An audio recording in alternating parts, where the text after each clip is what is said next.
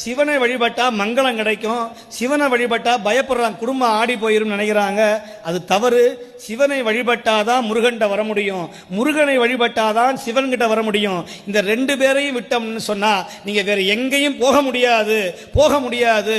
மற்றவன் காலில் விழுவதை விட சுவாமிக்கு 6 முகம் 12 கரம். அப்ப 6 முகமாக இருந்தா அவனுக்கு 12 காலில் இருக்கணும்.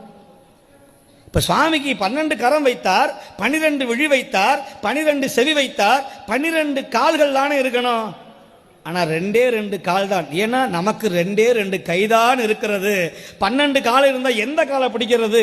இந்த காலை பிடிக்கிறதா அந்த காலை பிடிக்கிறதான்னு பார்த்தா உனக்கு 2 கை இருக்கு, எனக்கு 2 கால் போதும், இதை மட்டும் பிடித்து விடு.